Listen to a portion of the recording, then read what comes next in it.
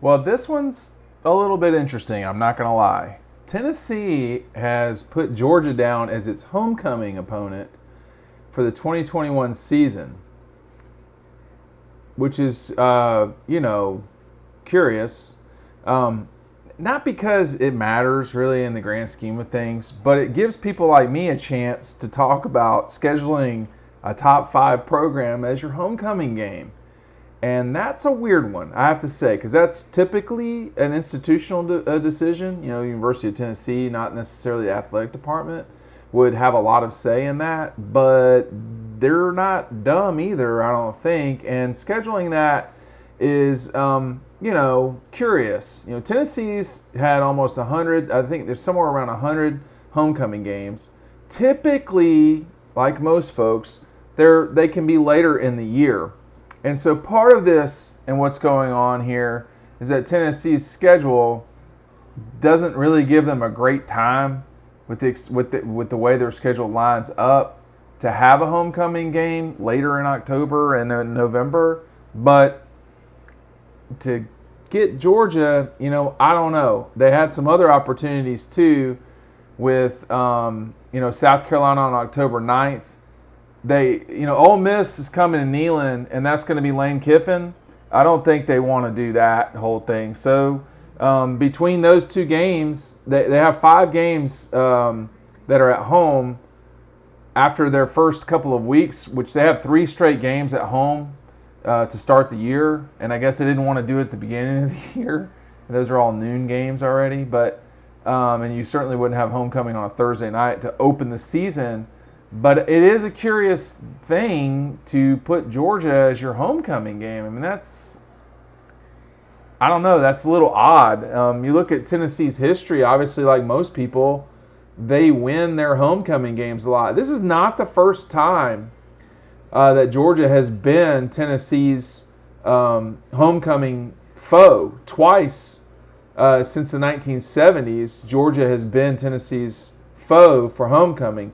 In 1989, Tennessee beat Ray Goff and the Dogs 17-14 in Knoxville that year. That was back when the SEC had 6 conference games. And then you have 1973 when they lost to Georgia 35-31 up in Knoxville. But for the last few years, they've had Southern Miss, Tennessee Tech, North Texas, Chattanooga, Troy, Middle Tennessee. They've had Ole Miss lately. They've had Auburn lately, which I don't know about that. And there's like a litany of, Louisiana Tech, Memphis, Marshall, Louisiana Lafayette, Wyoming. There's Memphis again. They had Miami, University of Miami, as a foe. In this similar time of year, they got absolutely pummeled in that game, 26-3. I don't know what kind of message it sends or anything like that. Maybe it just is what it is. I would have made South Carolina my homecoming opponent. I mean, look, I've been on the board of trustees at an institution, at a college. You want homecoming to be a good time had by all. You're not going to have a good time playing Georgia in a home game in football. I mean, there's a couple of things going on there. First of all, you're probably going to lose, all right? You're probably going to lose. Doesn't mean you certainly will lose, but you're probably going to lose. Secondly, let's just say you don't lose or whatever. It's a huge game. I mean, Tennessee doesn't play a lot of giant home games. And this year, their home schedule is Bowling Green, Pittsburgh, Tennessee Tech, South Carolina, Ole Miss, Georgia, South Alabama, and Vandy. That's not a great slate for home, all right? They play at Alabama. They play at Florida. So, I'm taking the South Carolina game, but whatever. And maybe they would have taken Ole Miss if it wouldn't have been for Lane Kiffin. With all of that said, you're trying to raise money on homecoming weekend. You're trying to reconnect with alums. It's a big weekend for the school and for the athletic department, yeah. But then let's just say it's a big game. Everybody's all jacked up about the big game. They're worried about that. They're not thinking about fundraising. They're not thinking about how they can form relationships better with people. The president's probably jumping around all over the place on a big game weekend, and now they just roll it all up into one. I don't know. I think it was not a great decision. Let's talk about just for a second Georgia's homecomings through the years, and there have been, for the Dogs, more than, what is that, 100 themselves. Yeah, you're talking about 98, so 99 this past year. I don't even know who they played for homecoming. Come to think of it, I think it was supposed to be Vanderbilt, but everything just got so moved around and goofed up that, I mean, last year was a mess. And it was for Mississippi State. So that was a very late homecoming for Georgia. I don't remember that at all. But that was what it was. In 2021, Georgia's homecoming is, I don't even know if they've released that yet. But yes, that will be the Kentucky game. Georgia and Kentucky. Kentucky has been one of Georgia's traditional homecoming foes forever. I mean, since the 50s. Kentucky, not every other year for sure, but in 2019, and back before the league really changed, it was always either Kentucky or Vanderbilt, and it was typically the last home weekend before Gainesville, or before you go down to Jacksonville. In the 80s, a little bit, it was like William & Mary and Richmond, and Kentucky was even in there, Memphis State, people like that. But again, you're wanting to win on homecoming weekend, and I remember the 1994 debacle against Vanderbilt where they came in and ran the option the whole day and beat Georgia's brains in 43 to 30. But I'm trying to think of any other homecoming losses since then, and none are jumping out at me yet. Yes, they lost to Vanderbilt in 2006. That was bad. But since that time, I don't see. I mean, they played some real snoozers. Probably the worst.